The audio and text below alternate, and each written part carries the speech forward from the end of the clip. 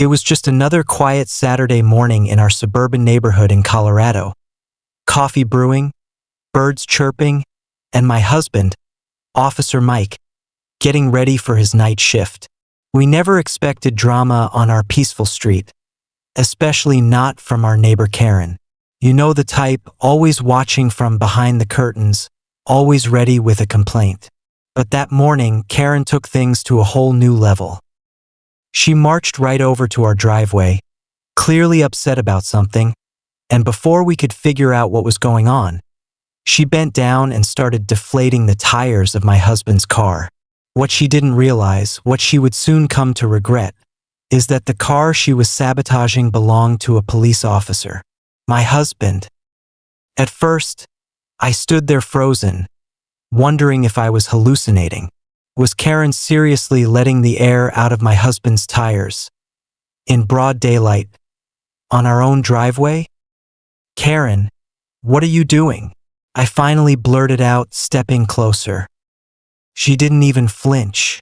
"Your car has been parked too close to my driveway all week. I've had enough," she snapped, still crouched down, still hissing air out of the front left tire like it was no big deal. Now, here's the thing. My husband's patrol car isn't exactly subtle. It's a black Dodge Charger with a spotlight, push bar, and yeah, big bold letters on the side that say police. And it's legally parked. Always has been. But Karen apparently decided that her personal sense of driveway space overruled the law. Just then, Mike stepped out of the house, half in uniform, holding his travel mug and looking at us like he was the one who just walked into a weird dream. "What's going on?" he asked, calmly but with that quiet authority I know all too well. Karen stood up straight, dusted off her hands, and launched into a full-blown rant about how people think they can do whatever they want. And this isn't a police state, and something about property lines and her brother-in-law being a lawyer. Mike just looked at his deflating tire, then looked at me. I could see the moment he realized what had happened. He took a sip of his coffee, then slowly walked over to his car, leaned down, and turned on his body cam. Karen went pale. "You're recording me?" Karen asked, her voice suddenly a few octaves higher. "Yes, ma'am," Mike said, calm as ever. "Standard protocol when there's potential property damage or a dispute." Karen's eyes darted to the blinking red light on the camera. For a moment, it looked like she was calculating whether to double down or back off. Of course, being a true Karen, she chose the worst possible option. "This is harassment. I have rights. You can't just record me without my permission," she shrieked, backing away as if she were the victim here. Mike didn't even blink. "Actually, I can. We're on my property, and you're in the act of deflating a tire on a registered police vehicle. Would you like to continue this conversation? Or would you prefer we involve the department officially?" There it was, that shift in her face, from indignation to realization. She'd crossed a line and now she knew it. But instead of apologizing, Karen did what Karens do best. She turned on the dramatics. "I'm going to file a complaint. I'm calling the HO. I know people," she shouted, spinning on her heel and storming back to her house like a raccoon caught in the trash. Mike and I just stood there in stunned silence for a beat. Then he glanced at the tire, shook his head, and muttered, "She's going to be fun at the next block party." I snorted. He crouched down to assess the damage. "Tires low but salvageable. I'll fill it back up in the garage." I followed him inside, and for a minute, things felt normal again.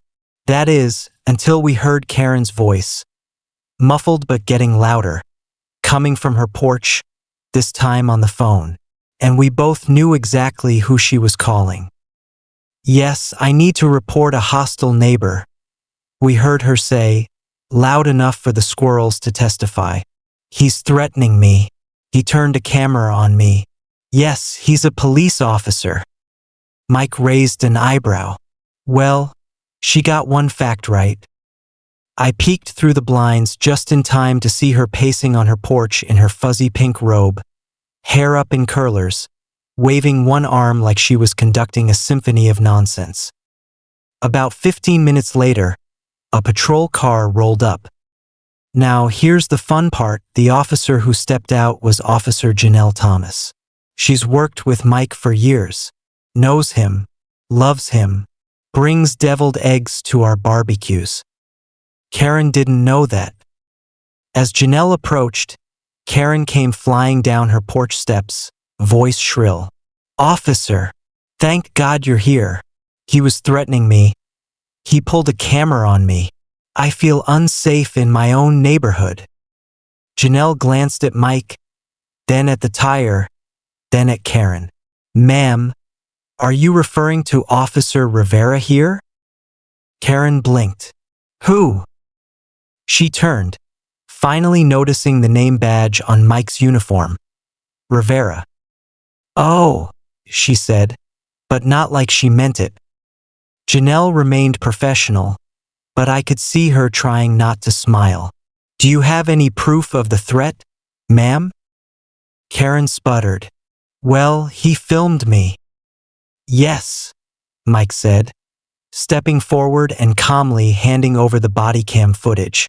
"As you'll see, it clearly shows her deflating the tires of a law enforcement vehicle while on my property." Karen froze. You could almost hear the sound of her HOA complaint letter shriveling up in her brain. Officer Thomas reviewed the footage for about 30 seconds, then nodded. "All right, this is straightforward. Ma'am, this could be considered criminal mischief and tampering with a motor vehicle. I'd advise you to cooperate and avoid escalation." Karen's jaw dropped. "I'm the victim here." Thomas gave her a long, slow look. "Not according to the footage." There was a long pause. Then Karen pulled out the classic move, tears. Instantly. "I'm just under a lot of stress, you know? With the construction and the allergies and my cat not eating." It was like watching someone try to cry their way out of a speeding ticket, but on Broadway. Mike leaned over to me and whispered, "We're definitely not getting our welcome mat back."